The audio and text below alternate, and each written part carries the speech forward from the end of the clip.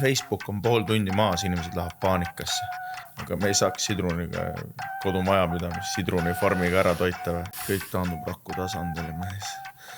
Mina olen Maiduk ja miks ma üldse peaksin koolis käima, kui mul on internet. Ja minuga koos on siin Elektroenergeetika Mehhatroonika instituudi professor Tallinna Tehnikaülikoolist. Kuidas siis see tuulik töötab?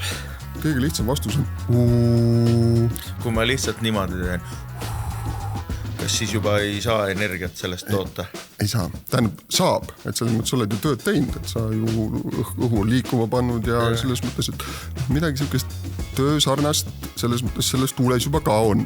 Okay. Aga kui me räägime ikkagi nagu sellest traditsioonilisest tuulikust, 3 laba, ilus, valge, sifakas, siis selle jaoks on ikka rohkem tuult vaja. Aga kui ma niukest seadet pole olemas, ma puhun sisse torusse nagu trompetisse ja siis läheb tuli põlema teisel pool.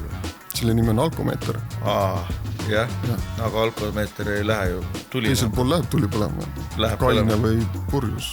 Roheline või punane.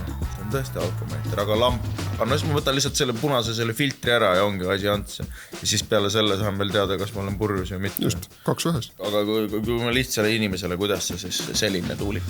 Kuidas? Jaa, selline tuulik, vaata ta on ühest otsast on see laba kinni ja ülejäänud kogu see laba pikkus siis toimib selle peale, et tuul tahab seda laba üles tõsta kogu aeg. Sees on generaator, sellega tehakse elekter. Ja see generaator toodab elektrit siis just, samamoodi nagu diiselgeneraator toodab. No just, aga et siin õnneks ei tossa midagi. Aga kui ma lähen sinna tuulikusse sisse, kõnnin trepist üles ja mis see tuulik on 1-20 midagi meetrit? 200, kui hästi läheb. No ütleme see, mis... See torni kõrgus võib olla siin peaaegu 200 meetrit. Siis trepp läheb üles niimoodi või läheb lift või olen? Igas tuulikus on redel.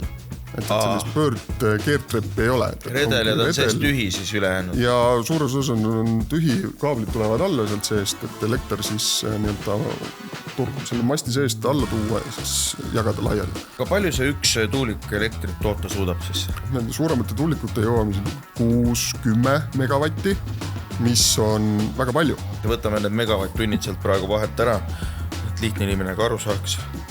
3-4 peret saab mida siis? Terve aasta energia sellest, kui tuulik töötab 1 tunni.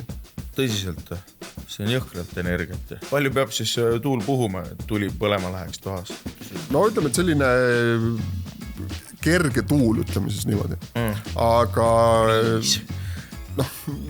jah, ütleme, et mütsi ära viimiseks on rohkem vaja. Et see tuuliku võimsus on kuup sõltuvusest tuulest. Ehk mida rohkem nagu tuult on, seda rohkem annab siis tuulik seda võimsust välja.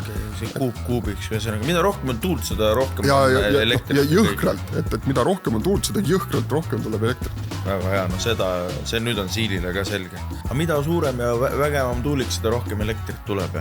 Seda vähem on neid vaja. Et ühelt poolt on suurem, aga kas sa teed palju pisikesi, mis võib selles mõttes nagu rohkem silma kriipida, aga ega see kaugelt aru ei saa, mis tal need võimsus seal küljes on. Palju pisikesi on sellepärast mõistlikum, et võtta siis üks läheb tuks ja siis teised töötavad. Seda ka, aga varastavad üksteise tagant tuult.